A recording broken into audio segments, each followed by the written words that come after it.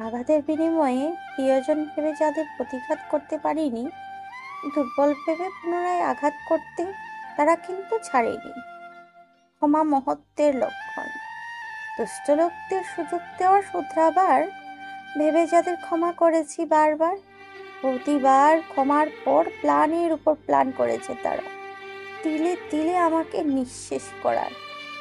আমার ব্যর্থতার দিনগুলোতে যে আপনজনেরা পর হয়ে গিয়েছিল, তারা সহ দ্বিগুণ পর মানুষেরাও এখন আপন রূপে সফল আমিটার পাশে এসে দাঁড়ালো।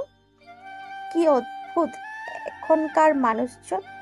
অন্যের প্রয়োজন দেখলে আপনও পর হয়ে যায়, নিজের প্রয়োজন অনুভব হলে বড় আপন রূপ ধারণ করে নেয়। অর্থ আর স্বার্থ দুটোই রাজত্ব করছে পুরো পৃথিবী জুড়ে। মায়া, মমতা, আবেগ, অনুভূতি, ভালোবাসার বিসর্জন হয়ে গেছে এখন 90% সম্পর্ক। অর্থ আর স্বার্থ পুরো পৃথিবী জুড়ে এখন এই দুটোরই রাজত্ব।